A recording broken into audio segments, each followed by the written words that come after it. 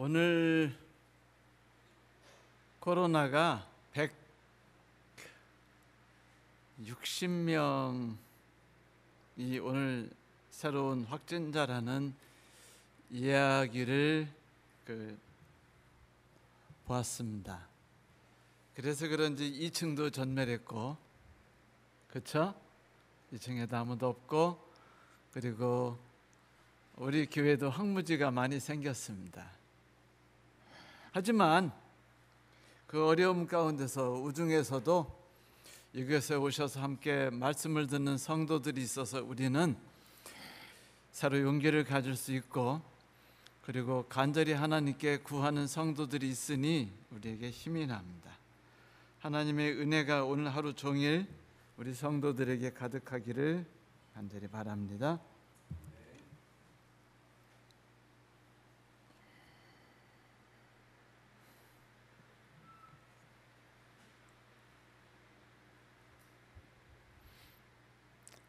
드라마가 새로 시작됐는데 그 드라마 제목이 뭐냐면 대장금의 후예였습니다. 이번 작가와 감독이 워낙 위대한 분이라 이제 꼭 보기로 하고 아내하고 손을 잡고 침을 삼키면서 TV에 앉았죠. 역시나 시작 화면이 웅장하고 그 독특성 있는 게 아주 감이 좋았어요. 몰입할 수 있을 것 같았습니다. 그런데 노래가 끝나면서 시작 때부터 들뜬 마음이 쫙 가라앉게 되는데 그 이유는 5분이 넘게 20대 조상부터 그 대장금 가족 족보를 쭉 훑어내리는데 그 중에 우리가 아는 사람도 있지만 거의 다 모르는 사람들인 거예요. 그래서 이게 무슨 짓일까?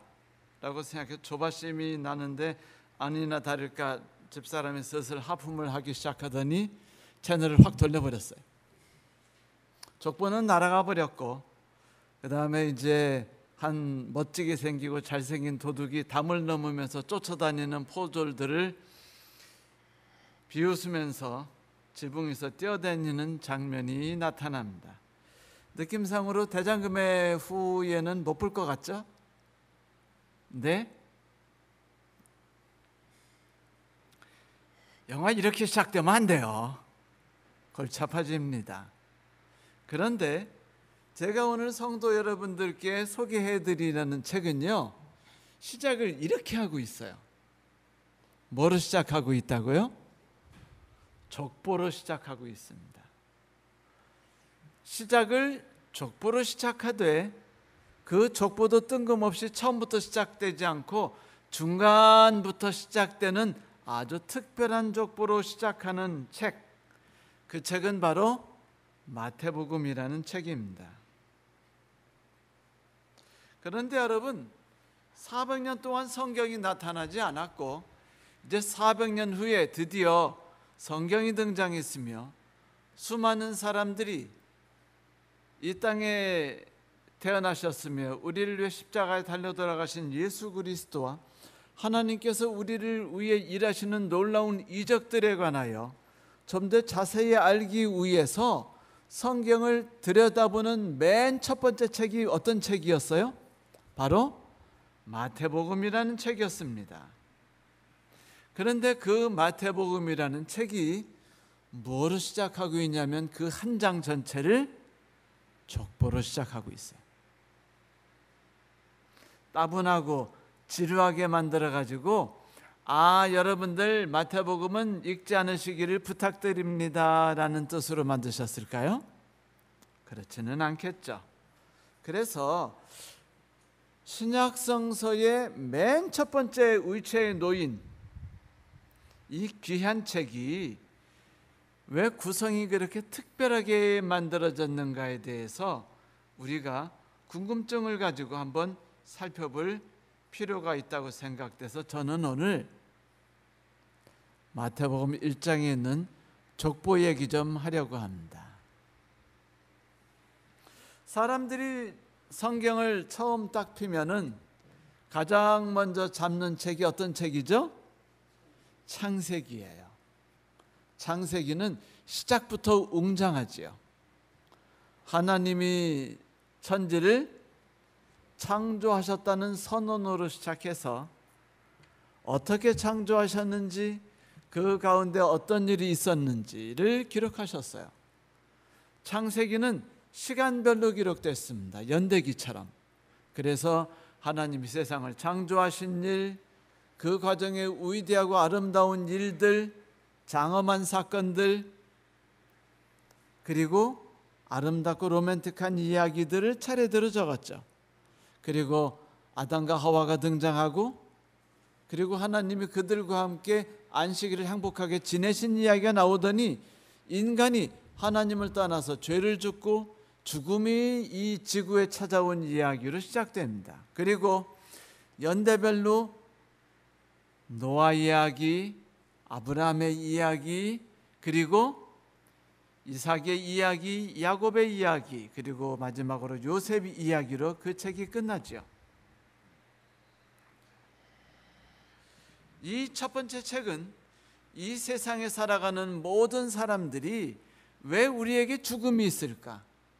왜 우리는 그것을 극복하지 못할까? 혹 우리에게 미래는 존재할까? 더 나은 세상은 있을까?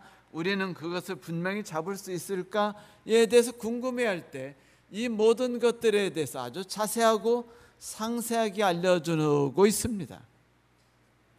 그래서 창세기를 통해서 우리는 하나님께서 이 세상에 사는 모든 사람들을 사랑으로 어떻게 이끌고 인도하시는지를 볼 수 있죠. 마지막으로 하나님께서 지구에 사는 모든 사람들과 지구 자체를 위해서 어떤 대단하신 계획을 세우셨는지를 우리가 보게 됩니다. 그런데 이 모든 책이 무엇 중심으로 기록됐다고요? 시대적으로, 사건 중심으로 기록됐습니다. 구약성서의 첫 번째 책이자 모든 성경 66권의 첫 번째 책이. 그런데 신약성서의 첫 번째 책은 사건별로 기록되어 있지 않아요. 그 처음부터 족보로 시작하는데, 족보도 아주 특이한 족보로 시작하더니 그 모든 내용이 사건하고는 전혀 어울리지 않게 뒤죽박죽으로 만들어져 있습니다. 읽는 사람들마다 생각하기를 이 책은 왜 사건별로 기록됐지 않았을까? 네, 이유가 있었어요. 그것은 마태복음이 주제를 가지고서, 특별한 주제를 가지고서 만들어졌다는 것을 사람들에게 알려주기 위해서였습니다. 주제, 어떤 주제였을까요? 에스라와 느헤미야를 통해서 수많은 그 바빌론 지하에서 고통을 당했던 이스라엘 사람들이 희망을 가지고서 예루살렘으로 돌아왔어요. 그리고 성을 복구하고, 그리고 꿈을 꾸었죠. 희망의 노래를 불렀습니다. 무려 70년 만에 나라를 되찾은 것이었어요. 그때 그들이 부른 노래가 이런 노래였죠. 여호와께서 시온의 포로를 돌려보내실 때 우리는 꿈꾸는 것 같았도다. 그때 우리 입에는 웃음이 가득하고 우리의 혀에는 찬양이 가득했다. 그때 문 나라 가운데서 말하기를 여호와께서 그들을 위해 큰 일을 행하셨다 하였도다. 여호와께서 우리를 위해 큰 일을 행하셨으니 우리는 기쁘도다. 여호와여, 우리를 포로를 남방 시내들같이 돌려보내소서. 눈물을 흘리며 씨를 뿌리는 자는 기쁨으로 거두리로다. 울며 씨를 뿌리러 나가는 자는 반드시 기쁨으로 그 곡식단을 가지고 돌아오리로다. 이런 찬양의 노래를 그들이 부르고 희망에 빠져 있었어요. 그런데 그 희망이 싹 무너져 버렸어. 얼마 되지 않아서. 그들이 곧 그리스에 의해서 완전히 짓밟히더니 자기들이 섬기는 하나님과 그 거룩한 예루살렘 성이 완전히 짓밟혔어요. 그리고서 그리스도가 무너지는 것 같아서 희망을 가졌더니 더 무서운 로마라는 나라가 오더니 완전히 이스라엘 사람들을 있는 대로 억압했어요. 힘들어졌어요. 그들에게 이 모든 갖고 있던 꿈과 계획은 접었고 절망 가운데 빠졌죠. 절망 가운데 빠졌을 때 이스라엘 백성들을 이끌고 부둥켜 안고 희망으로 이렇게 이끌어가야 되는, 소위 말하는 안중근 의사 같으며 김구 선생님 같아야 되는 이스라엘의 지도자들인 제사장들과 서기관들은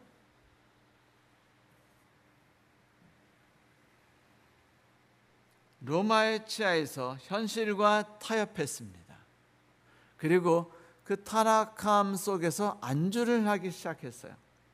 그들을 필두로 정치 지도자들이 로마와 협력했고 로마에게 자진해서 세금을 바치기 시작했으며, 그리고 그를 통해서 뇌물을 먹기 시작하며 신앙을 과감히 버리기 시작했습니다.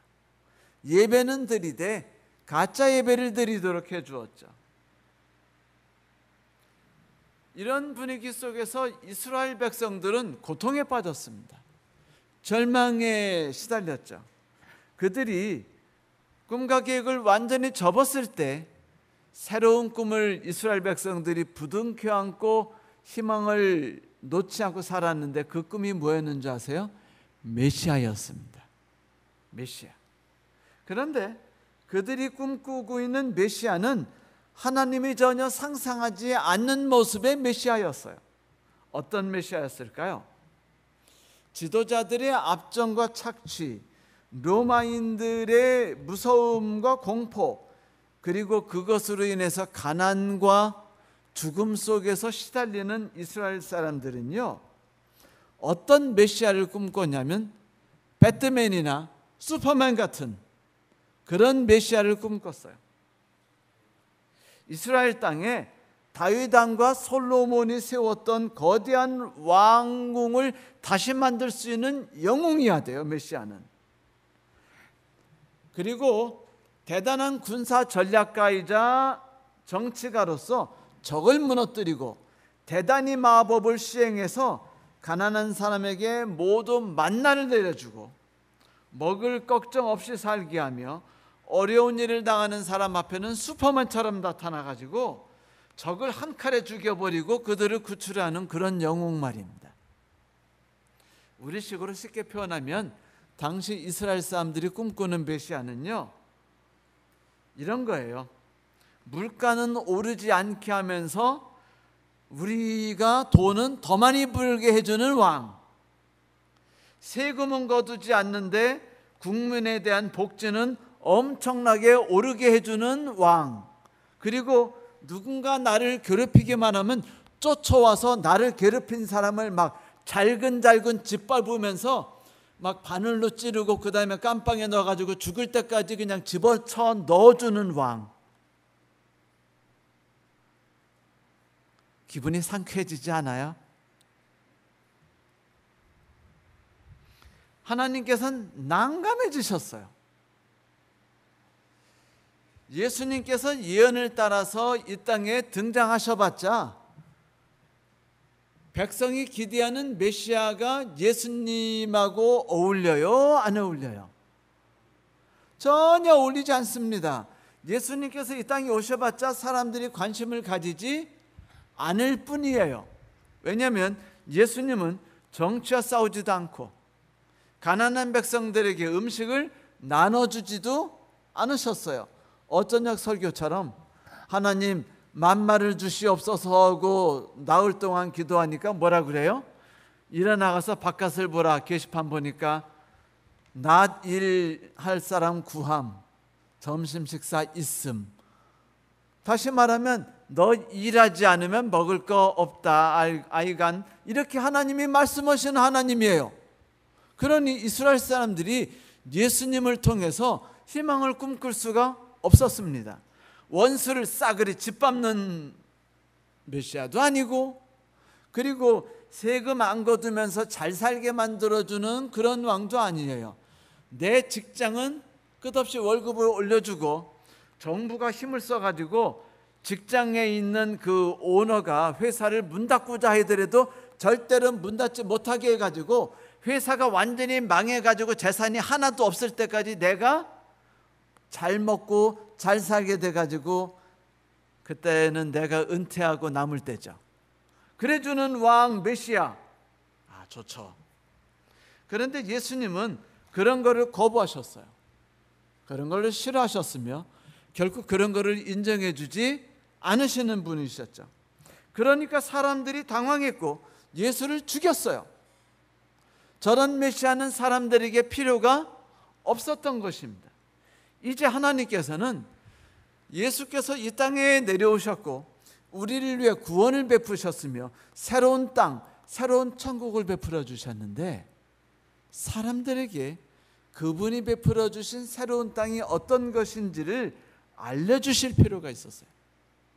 진정으로 하나님께서 우리에게 희망과 새 땅과 새 하늘을 주시기 위해서 베풀어 주시는 메시아가 어떤 분인지, 그분이 지금까지 우리를 위해서 진짜로 일을 하긴 하셨던 건지 아니신 건지, 그분이 우리를 사망과 흑암의 그늘 아래서 신음하는 모든 인류에게 어떤 위대한 유산을 남겨주셨는지에 대해서 알려주실 필요가 있었어요. 그래서 하나님께서는 고민하시다가 만드신 책이 뭐냐면 마태복음입니다. 무슨 책이라고요? 마태복음. 그분은 그래서 마태복음은요 역사별로 사건별로 기록하지 않고 뭐별로 만드셨어요? 주제별로 넣으신 거예요. 그분이 알려주시고자 하는 한 가지 중요한 기록, 곧 뭐예요? 천국과 메시아에 대한 이야기를 해주고 싶었습니다. 마태복음 1장부터 마태복음이 끝날 때까지 인간들을 위해서 끊임없이 일하시는 하나님께서 어떻게 살아가시는지, 어떤 희망을 주고 어떤 약속을 주셨는지를 말해주고 싶었죠. 그래서 마태복음은 아주 특별하게 1장부터 28장까지 기록이 되었습니다. 그런데 그 책이 첫 장을 뭐로 만들었다고요? 족보로 기록했다고요. 우리 한번 마태복음 1장에 있는 족보, 지루하게 보이지만 한번 읽어볼까요?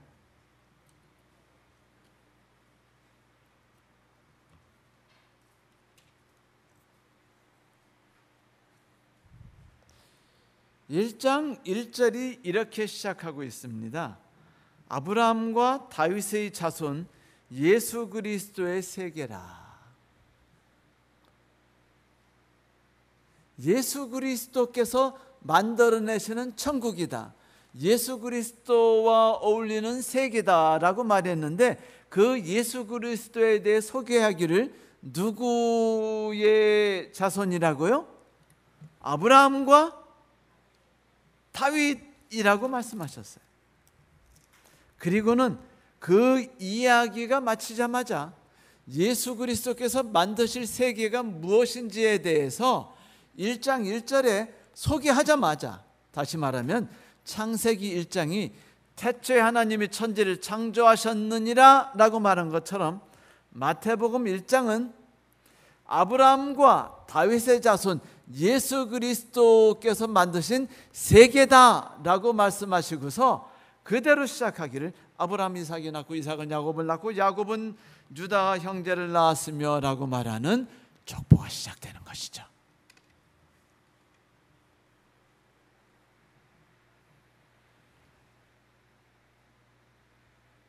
만약 우리가 이 족보를 볼 때 1분 내에 지루하고 하품 난다고 확 접어버리고서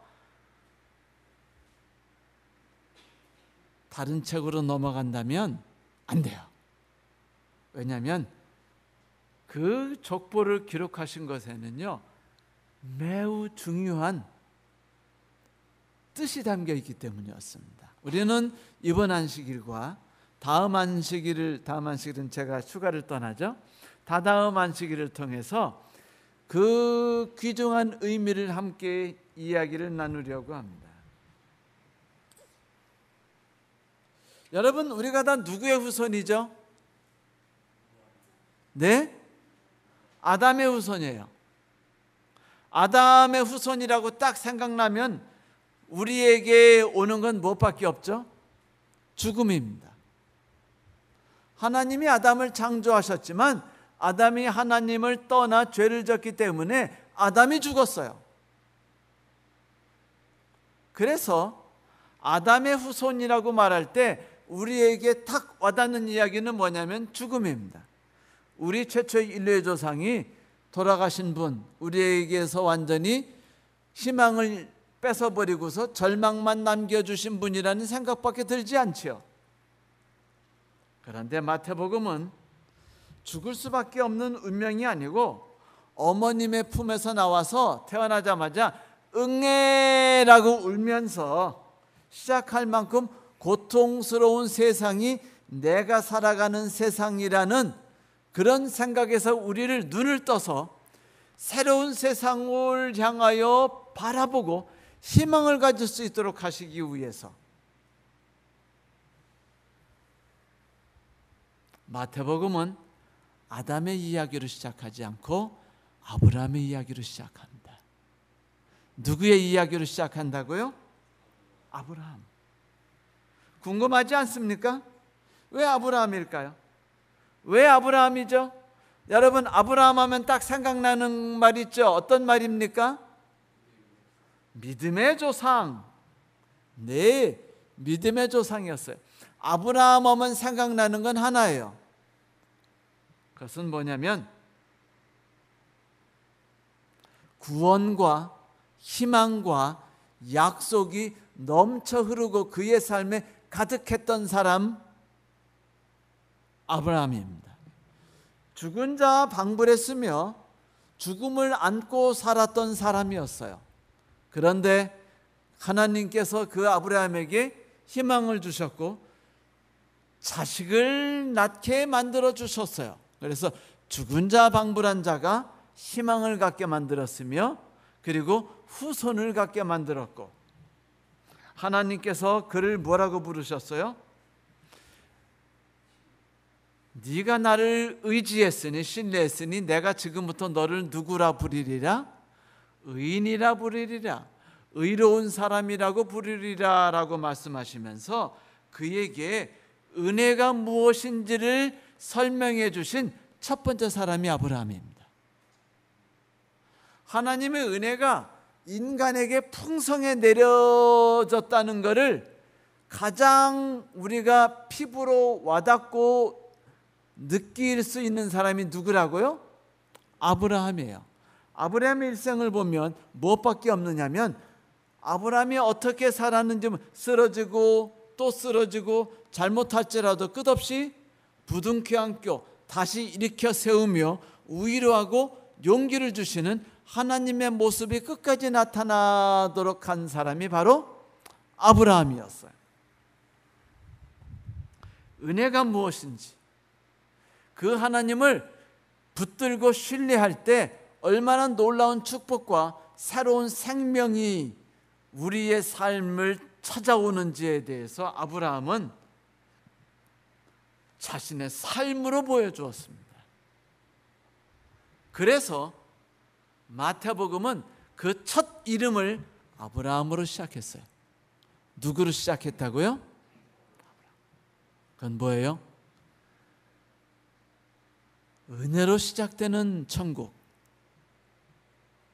희망으로 시작되는 천국이 무엇인지를 알려주기 위해서였죠. 자, 은혜가 무엇입니까? 이 스페인과 미국이 그 전쟁 중에 그 데오도르 루스벨트는 적십자사 그 부장이었던 클라라 발턴을 찾아가서 자기의 부상당한 병사들을 치료하고 그리고 굶었기 때문에 좀 먹을 것이 필요하니 적십자사 갖고 있는 음식물과 구호물자를 팔아달라고 부탁했습니다. 미국인답죠? 돈 많으니까 내가 당신들에게 폐를 끼치지 않길 바라니 파십시오라고 말했어요. 그런데 클라라 발튼이 뭐라고 말했는 줄 아십니까? 못 팝니다라고 대답했어요. 티오도르 루스벨트가 당황했어요. 연대장으로서 자기 부하들에게 먹여 살 음식을 주고 치료를 해야 되는데 적십자사에서 NO 해버리니까 어떻게 해야 될지 몰라 당황했습니다. 그래가지고 그러면 어떻게 해야 제가 저것들을 받을 수 있죠? 라고 말하자 클라라가 이렇게 말했습니다. 그냥 부탁하십시오. 그래서 그 루스벨트가 이렇게 말했습니다. 클라라님, 저희 군대 군인들을 위해서 제가 저 구호 물품들과 그리고 음식들을 얻을 수 있을까요? 라고 요청했어요. 그랬더니 클라라가 그럼요 라고 말하더니 그 모든 물품을 루스벨트에게 다 제공했던 것이에요. 이 이야기는 우리에게 두 가지 중요한 것을 말해주고 있어요. 첫 번째, 사람들은 자기의 힘으로 자기의 세상을 개척해 나가고 바르게 만들려고 애쓰고 있다는 것이에요. 그러나 우리 하나님께서 모든 인간의 삶을 해결할 수 있는 모든 축복된 것을 갖고 계신 하나님께서는 그 모든 것들을 우리에게 거저 주시고 은혜로 주시기를 바라신다는 겁니다. 그분이 우리에게 바라는 것은 돈 주고 살 테니까 얼마인지 말씀하세요 라고 하시는 게 아니라 뭐라고요? 당신이 내게 그 모든 걸 거저 주실 줄 아니 제가 당신께 부탁합니다. 제게 은혜를 베푸셔서 제가 이 모든 어렵고 고통스러운 삶을 벗어나게 해주세요라고 말하는 것이죠. 그런데 사람들은 요즘 20세기에 있는 사람들은요, 기독교를 믿는 사람들에게 이런 새로운 힘, 새로운 희망이 없다고 믿고 있어요. 신기하게 1971년이 아니고 갑자기 연도를 잊어먹었는데 2000년대 초에 미국에서 한 조사한 거에 의하면은 그 조사에서 재미난 결과들이 발표됐는데 미국 사람들이 중에서 60%는 기독교는 어떤 생명적 능력이 없다. 우리를 구원할 수 없으며 우리에게 새로운 희망을 던져줄 수 없다라는 것을 믿는다라고 말하는 사람이 60%가 넘어섰어요. 마치 그들은 기독교를 이렇게 생각한 거죠. 한 아주머니가 장을 보신 다음에 이제 카운터로 갔어요. 한번 상상해 보세요. 저기 홈플러스나 코스트코 같은데. 그래서 이제 계산을 하려고 지갑을 꺼내는데 불싸. 지갑을 안 갖고 온 거예요. 뒤져보니까 현금도 없고 뭐도 없어요. 카드도 없는 거예요. 당황해서 어쩔 줄 모르는데 갑자기 그게 오늘 드실 점심 식사 가족하고 함께 드실 저녁 식사인가 보죠. 제가 다 내겠습니다. 그 어떤 멋지게 생긴 중년 신사가 그렇게 말씀하신 거예요. 그러니까 카운터가 딱 보더니 그래요? 그러더니 이 아주머니 음식을 이제 사신 걸 다 계산해 가지고 중년 신사가 폼따구나게 딱 계산하셨어요. 다음 주에 이 아주머니가 다시 이제 그 가게를 가셨는데 딱 들어가는데 카운터 아줌마가 지난주에 오셨던 걸 기억하더니 손을 흔들. 가니까 그래요. 아주머니 지난주에 아주머니 대신 돈 내주신 멋지게 생긴 중년 아저씨 있죠? 네네네. 그거 가짜 수표였어요.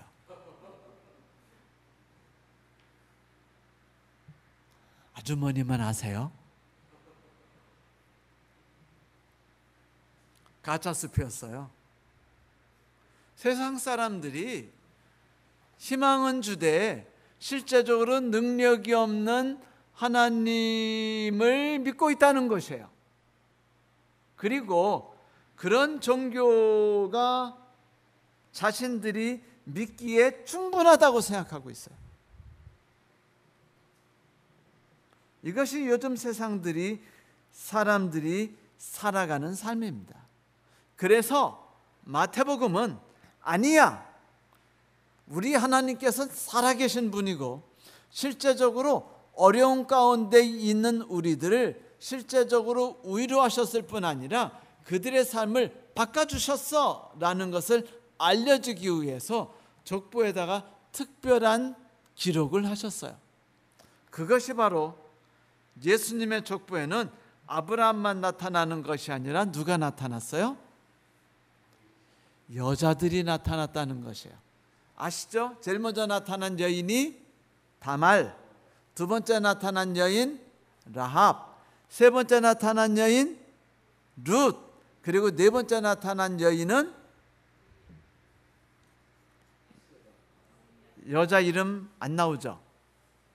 우리아의 아내. 차마 그 여자 이름은 말을 못하겠는 거예요. 왜냐하면 이스라엘의 가장 큰 수치였고 부끄러움이었기 때문입니다. 그래서 그 이름조차 말하지 않아요. 그런데 그 이름조차 말하지 않는 이 여인, 4명의 여인을 아브라함에서 왜 이야기했는가? 그것은 희망을 주기 위해서였습니다. 위로를 나눠주기 위해서였죠. 그리고 하나님께서 우리에게 베푸시는 건 역사를 통해서 실제적으로 일어난 사건이며 우리와 함께 하셨다는 것을 우리가 경험하고 그 경험을 통해서 하나님을 의지하고 신뢰할 수 있도록 하기 위해서였어요. 첫 번째 주신 기록은 바로 다말이었습니다. 다말은 유다의 첫 번째 며느리였죠. 그녀의 남편이 아들을 낳지 못하고 먼저 세상을 떠나니까 하나님의 약속에 힘입어서 유다는 큰아들에게 통해서 메시아가 날 수 있으니까 라고 생각하고는 둘째 아들을 큰 며느리에게 주었어요. 그 둘째 아들이 큰 며느리와 결혼을 한 거예요. 그래가지고 큰 며느리에게서 아들을 낳으면은 그 아들을 누구에게 주고? 자기 죽은 형에게 주고, 그 다음에 이제 다른 아들을 낳으면은 그 아들들은 이제 자기 아들들이 되는 겁니다. 그런데 둘째 아들 오난이 이게 싫었어요. 그래가지고 큰 아들의 큰형에게 그 자식을 낳아주기 싫어서 악한 짓을 했죠. 그러자 하나님이 오난을 죽이셨습니다. 그러자 큰아들이 죽었고 둘째 아들이 죽었어요. 하나님이 딱 보시니, 유다가 딱 보니까 이 며느리 다말은 어떤 여자예요? 네? 아들 잡아먹는 독사예요. 그래가지고 셋째 아들이 있는데 셋째 아들을 이 며느리한테 주고 싶지 않았습니다. 왜냐하면 셋째 아들까지 주면 어떻게 돼요?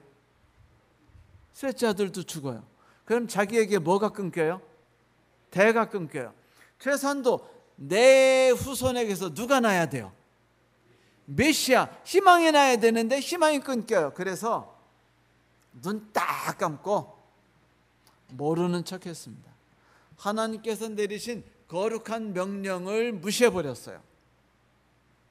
그러자 하나님께서 주신 약속의 보호 범위에서 벗어나게 된 슬픔에 빠진 이 여인은 하나님의 날개 그늘 아래 들어가기 위해서, 또한 메시아의 조상이 되어야 되는 누구든지 받았던 뭐예요?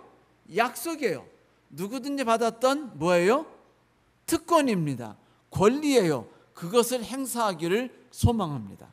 그래가지고 성경에서 원하지 않고 하나님께서도 바람직하게 생각하지 않고 세상 사람들이 바람직하게 생각하지 않는 일을 벌이죠. 그게 뭡니까? 창녀처럼 자기를 꾸며서 시아버지 유다와 잠을 잤어요. 시아버지는 창녀인 줄 알고 잤고 며느리는 창녀처럼 해서 시아버지와 잠을 잡니다. 그리고 아들을 낳았어요. 그 아들이 예수님의 조상이 된 겁니다. 그 아들이 예수님의 조상이 되었어요. 하나님은 이 다말이 비록 옳지 않은 행동을 했다 할지라도 그의 마음속에, 그녀의 마음속에 뭐를 간절히 꿈꿨기 때문에 하나님의 약속에, 하나님의 보호의 그늘 아래 들어가기를 간절히 소망했기 때문에 그녀의 삶에 뭐 주기를 바라셨다는 거예요? 축복 주기를 바라셨다는 것입니다. 유다는 원치 않았지만 이 일이 이루어진 것이 결국은 누구의 뜻이라는 걸 알게 돼요? 하나님의 뜻이라는 걸 알게 됩니다. 그래서 네가 옳고 내가 틀렸다라고 말합니다. 우리가 그릇된 행위를 하게 된 것은 내 잘못이 아니라 누구 잘못이다? 내 잘못이다. 물론 며느리를 아내 삼지는 않습니다. 다시는 같이 자지 않았고 며느리로 인정했지만 그 며느리를 통해서 아들이 낳자 하나님은 다말이 했던 행동, 하나님의 약속의 그늘 안에 거하고자 하는 강렬한 행위로 인해서 그 마음이 뜨겁고 필사적으로 나아갔던 여인에 대해서 하나님께서 결코 소홀히 여기지 않는다는 걸 말씀하시기 위해서 그 일을 하나님이 이루셨다는 걸 알려주기 위해서 마태는 자기 책 첫 번째 다말에 대해서 기록합니다. 이스라엘 역사에 상당한 놀라움과 깊은 생각을 주었던 여인 다말의 이야기를 기록해요. 여러분, 하나님이 주신 십계명과 그 규례를 어기고도 구원의 대열에 정식 멤버로 합류한 여인이 누군지 아세요? 첫 번째 여인이 다말이었습니다. 십계명을 어겼는데 구원을 받았어요. 무엇 때문이었죠? 간절함. 구원을 받기를 원하는 간절함. 그리고 메시아의 조상이로서 그 반열에 들어가기를 희망하는 간절함이 그녀의 삶을 완전히 바꿔버렸던 것입니다. 그녀의 방법이 옳지 않다 할지라도 간절함과 열정은 그녀를 받아주셨어요. 그래서 마태복음은 그 1장에서 하나님이 다말을 받아주셨다라고 선언한 것입니다. 그 후에 두 번째 나타난 여인이 라합이었어요. 라합은 이집트 사람들이 이집트를 탈출해서 가나안에 와가지고 여리고 성을 마주대하고 두려움 속에 있었을 때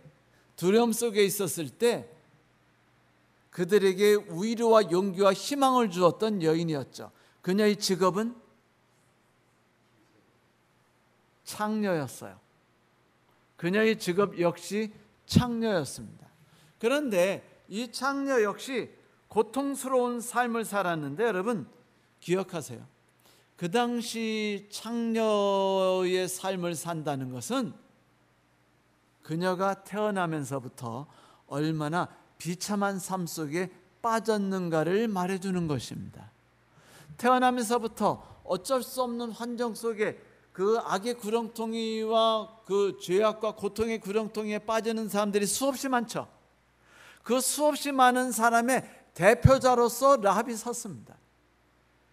그리고 라합은 그 가나안에서 온 사람들이 자기 성에 두르자 그들을 보호했어요. 그리고 말하죠.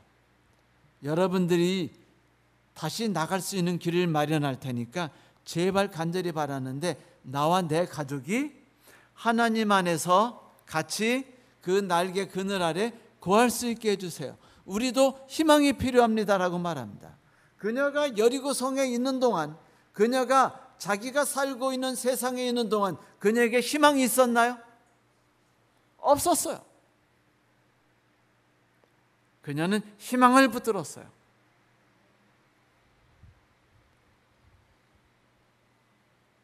그랬고 새로운 영화 제목이 탄생한 것입니다. 그 영화 제목이 뭔지 아세요? 정탐꾼과 창녀.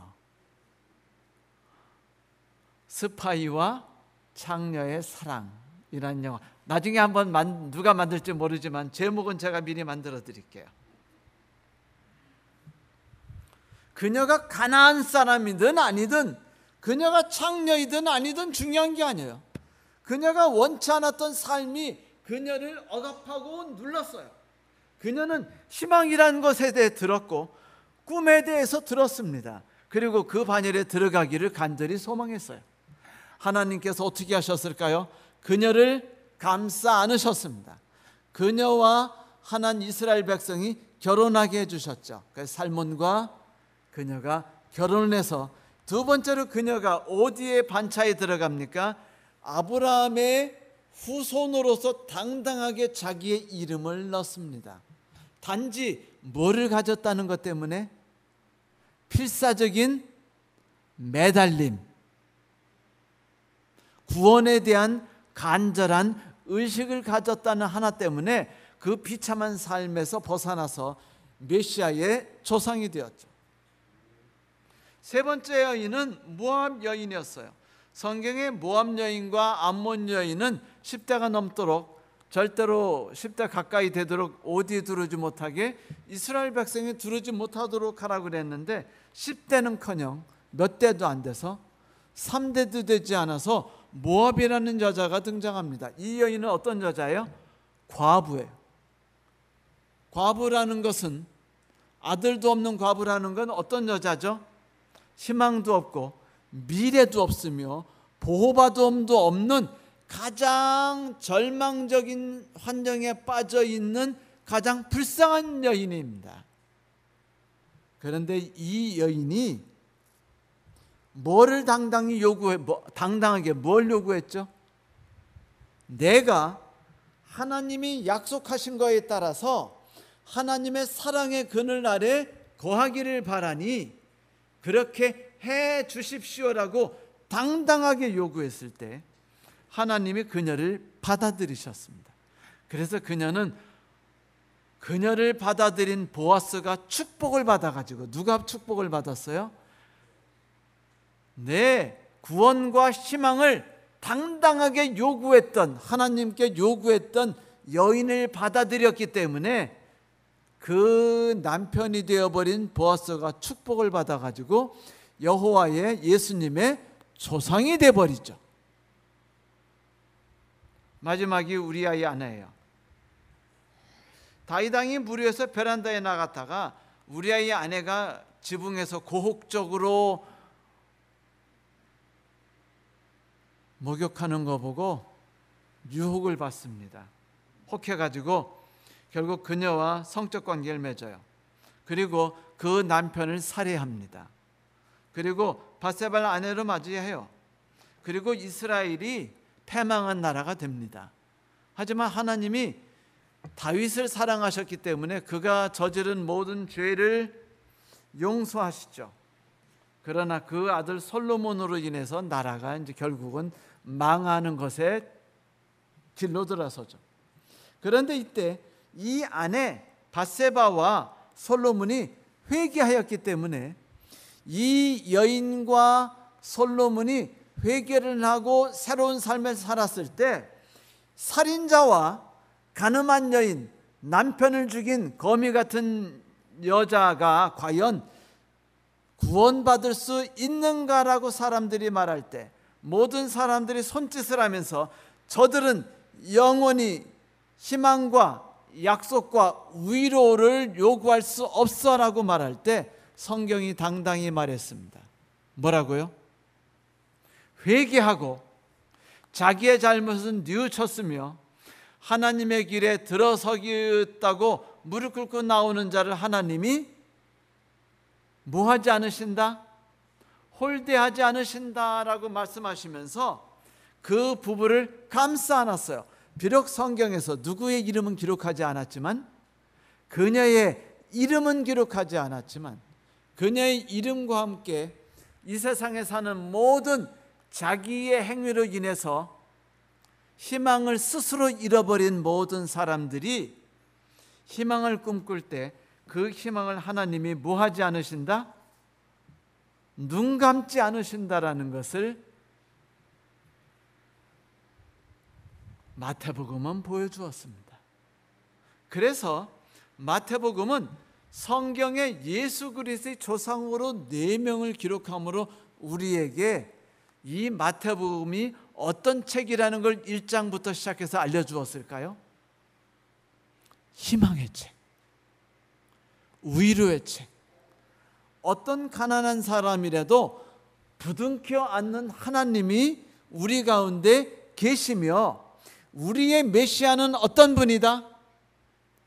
이 세상에서 절망 가운데 사는 사람, 희망이 없이 사는 사람, 그러나 희망을 꿈꾸는 사람들을 절대로 뭐하지 않으시고 무시하지 않으시고 버리지 않으시며 그들을 감싸 안으시는 하나님이 우리 앞에 계시다라는 것을 마태복음 1장을 통해서 우리에게 말해주는 것입니다.